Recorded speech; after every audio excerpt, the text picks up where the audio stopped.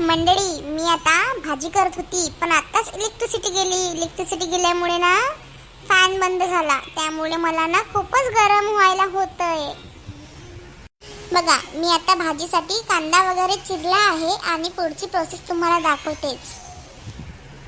आता अशा प्रकारे ही मटकी परतून घ्यायची, इकडून तिकडून तिकडून इकडून करायची.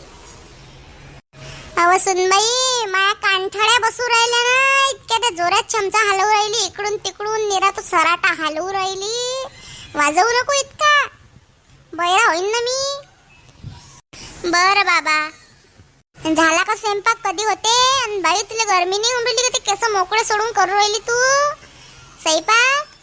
बाबा, मी आज पाटा वरवंट्यावर मसाला वाटला, म्हणून मला उशीर होत आहे. इलेक्ट्रिसिटी गेली ना म्हणून. बरं बरं, उरक लवकर. तुम्हाला तर माहिती आहे मंडळी की आमच्या गावापासून खूप दूर 2-3 किलोमीटर दूर भाजीपाला मिळतो, त्यामुळे मी फ्रीजमध्ये आणला होता भाजीपाला ठेवायला. पण काय करू, इलेक्ट्रिसिटीच गेली, लाईटच नाही आहे, त्यामुळे आता कसं काय होणार देवच जाणे. मम्मी, आपण फ्रीजची पूजा कधी करायची नवीन?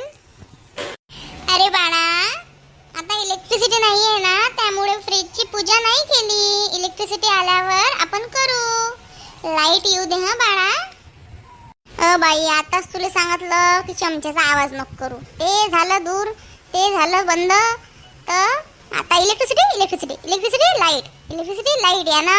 हे ऐकू ऐकू माय कान किटले इटले माय कान. बाई, जसं लाईट बोलतो तसं लाईटच बोलणं. जाणून शायनिंग मारायचा प्रयत्न नको करू तू. इलेक्ट्रिसिटी मोठ्या फॅशन मध्ये इलेक्ट्रिसिटी म्हणून राहिली. तू या बोलणं इरिटेट होऊ राहिला, इरिटेट. बर बाबा, मंडळी, तुम्हाला माझे असेच वगैरे व्हिडिओ वगैरे पाहायचे असतील तर चॅनलला सबस्क्राईब वगैरे करून ठेवा.